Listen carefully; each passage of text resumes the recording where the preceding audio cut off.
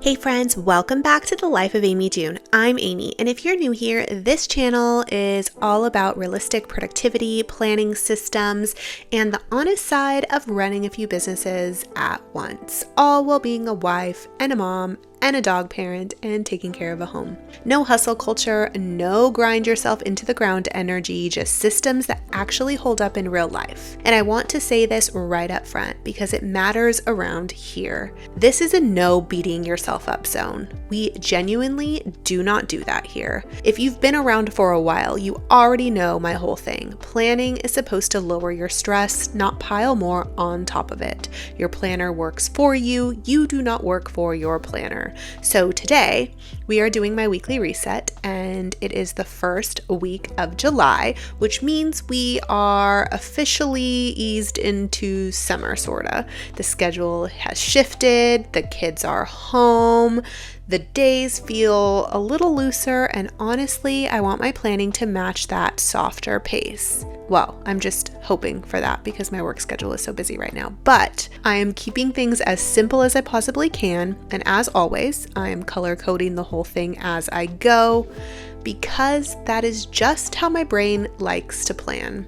I did try to save a few minutes last week, and honestly, it just did not work in my brain. I will point out my colors as we move along so you can follow along because I do get a lot of questions about it, but they are kind of personal to me. Obviously, our lives aren't exactly the same, so you can switch them up to fit your life. Grab a drink, grab your planner, grab whatever you have nearby, and let's reset together. Quick note on why I do this every single week, even in summer when everything already feels more relaxed. Researchers estimate the average person has somewhere around 6,000 thoughts in a single day. And when those thoughts have nowhere to land, your brain just keeps looping them. We've discussed this in previous videos.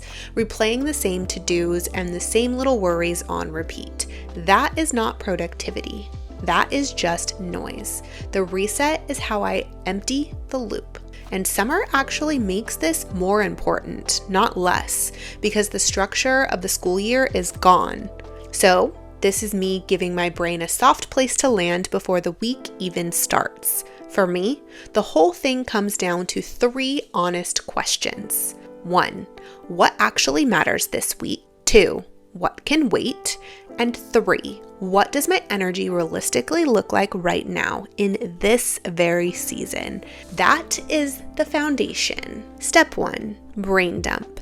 First thing, every week, everything in my head comes out onto paper, and this does not go in my planner. This goes in a plain notebook. My Cambridge notebook just happens to be my favorite, which I will link down below because you all know, if you've been here, I'm obsessed with it. Work tasks, summer plans, the camps and the swim lessons, the appointments, content ideas, the little do not forget thoughts that show up at 10 p.m. at night. All of it comes out. I do loosely group it into categories as I go though, so it is not just one giant scary wall of writing, but I am not aiming for pretty here. I'm aiming for empty. Here is the why, and this is a newer one I wanted to share with you. There is a classic finding in psychology sometimes called the zygamic effect, and it is basically this. Unfinished tasks keep tugging at your attention and stay active in the back of your mind until you deal with them somehow. But here is the part that I love. You do not actually have to finish the task to quiet it down. Just getting it out of your head and giving it a place to live is often enough to let your brain set it down.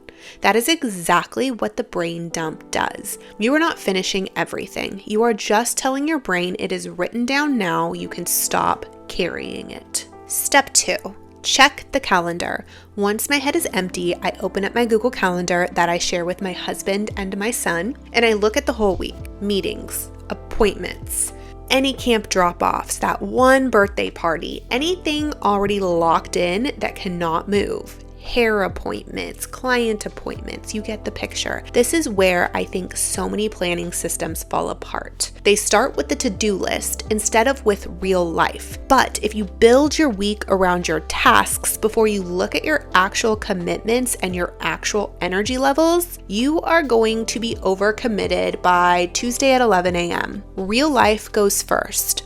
always, especially in summer when I'm making a priority to be present with my son, and when days fill up with other people's plans faster than we expect. Step 3, weekly planning page. Now, I set up my weekly planning page.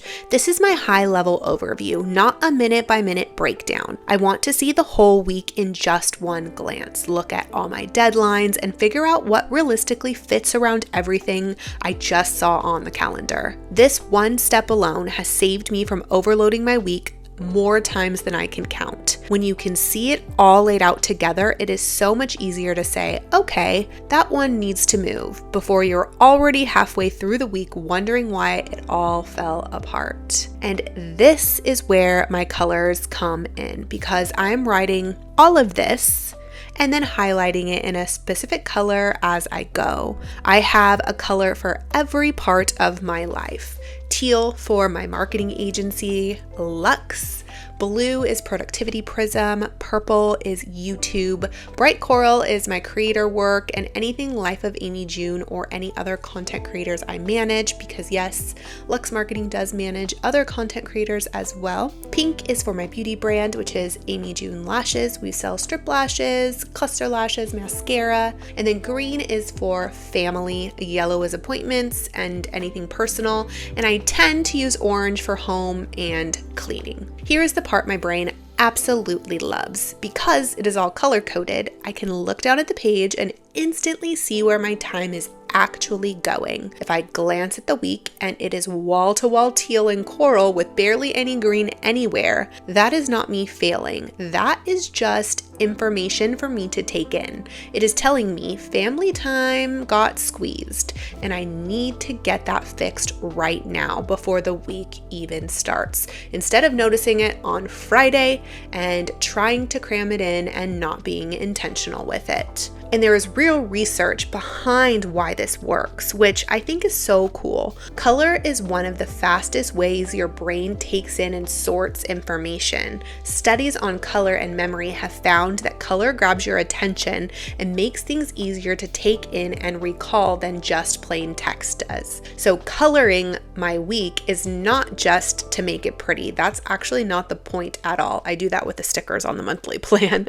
It is the whole reason I can read my own week in one glance. Step 4, weekly priorities. Now I pick my top anchors for the week as a whole. Not daily tasks yet, just the few things that, if they are done by Friday, I will genuinely feel good about the week. Everything else just supports those. Then I give each day a loose theme, usually a morning focus and a PM or afternoon focus. Nothing rigid, just a lane for me to stay in. Mornings tend to be my creative and content work while my brain is fresh, and afternoons drift towards lighter admin, like doing voiceovers and writing scripts, where I don't need as much brain power. Shockingly, script writing does come pretty natural to me because I've always loved writing, so that is definitely helpful here on this channel. And in the summer, I build in even more breathing room than usual because I would so much rather underplan and feel capable than overplan and feel behind at 10 a.m. It's all about setting your brain up for success. Step 5, daily pages. Now I set up my daily pages and I keep these insanely minimal. Just the day, the date, and any time anchored commitments that are already set. Like any appointments, any meetings during the school year, it would be school drop off and pickup. So in the summer, any play dates or camp drop off and pickup, those are my anchors. My actual to-do list gets written the night before, and my top 3 and main priority and my time blocking happen the morning of. When I time block in the morning, that is honestly where the color earns its keep, because a fully blocked out day in color shows me at a glance whether it is balanced or whether one area is quietly eating the entire day. I will link my full daily routine below if you want to see me walk you through it step by step. Step 6, meal plan. I know this one does not exactly scream business, but before I close out my reset, I do a quick dinner plan for the week. Nothing fancy. Summer dinners are easy going on purpose. What are we eating each night? What do I need to grab? And then I set a grocery pickup so it's just handled. It sounds like such a small thing, but deciding it once on a Sunday beats standing in the kitchen at 5 p.m. with no plans while everybody's asking what's for dinner. I will take that win every single time. Then, grace. This last one is not really a step, but it might be the most important thing I do all week. Grace. Especially this season. Summer is unpredictable. Plans shift. The kids change everything. The heat makes us all a little slower, and that is okay. My planner is a tool, not a report card. If something does not happen, I do not spiral about it anymore. I used to, yes. I just move it, I adjust, and I keep going.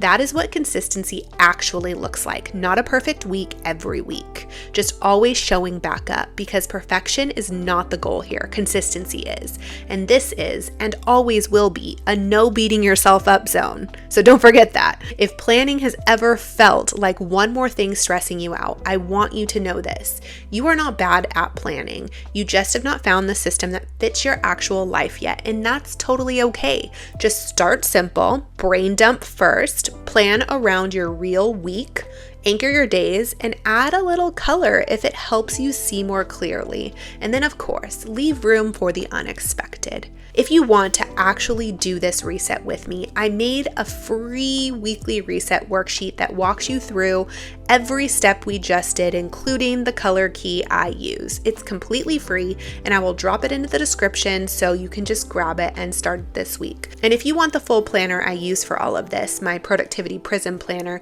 it is linked there too. If this video helped you, do me a quick favor and give it a thumbs up and subscribe if you are not already, because there is so much more where this came from.